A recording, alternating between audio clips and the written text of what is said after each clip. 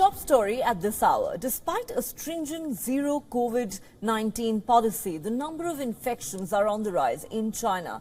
The country reported 2 more COVID-related deaths in Beijing on Sunday.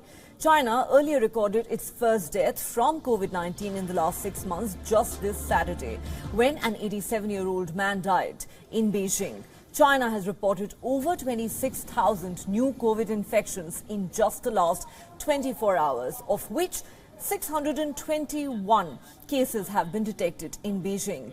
Guangzhou, a southern city of nearly 19 million people, is currently battling the largest outbreak of COVID-19 infections.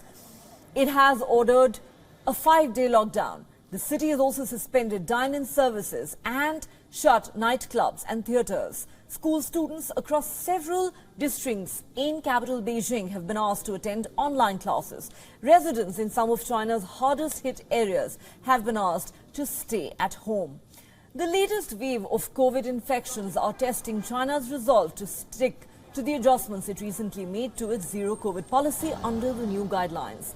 Cities had begun to cut down on routine community testing, but on Sunday, various districts in China announced that they would be carrying out mass testing, while also encouraging residents to shop online and ordering some schools to suspend in-person teaching.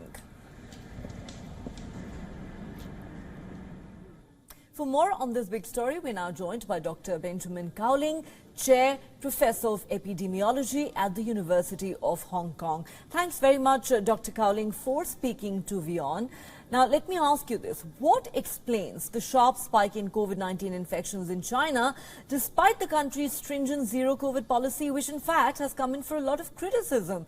And now that fresh deaths are being reported, do you think it's only going to add to the paranoia?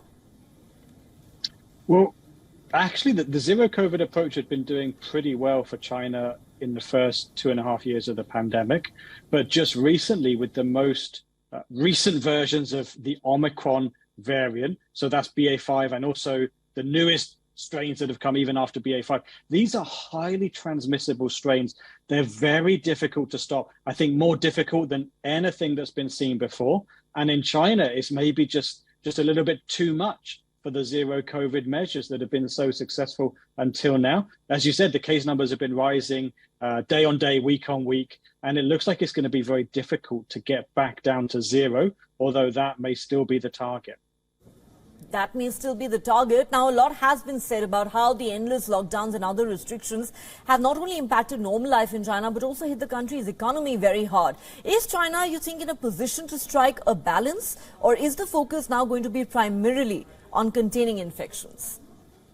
Well, I think with zero COVID, it's difficult because in some ways it's all or nothing. If you either have to get the case numbers back down to zero, and then you can have a break, you can take a breath, rest for a while, or the numbers are just going to keep getting bigger and bigger and bigger. I don't think there's a middle ground where the case numbers are just at a low to moderate level, because to keep the case numbers at that level would require very stringent measures to be sustained for weeks and probably many, many months. And I don't see how that's possible, given the disruption that the lockdowns cause, the social disruption, and also, of course, the economic cost of factories being closed, businesses being closed, and so on. And also the disruption to people's lives, where they have to stay at home, they can't go to work, they can't shop in the supermarket, the restaurants are closed, so they can't order food. It's very, very disruptive in many parts of China right now.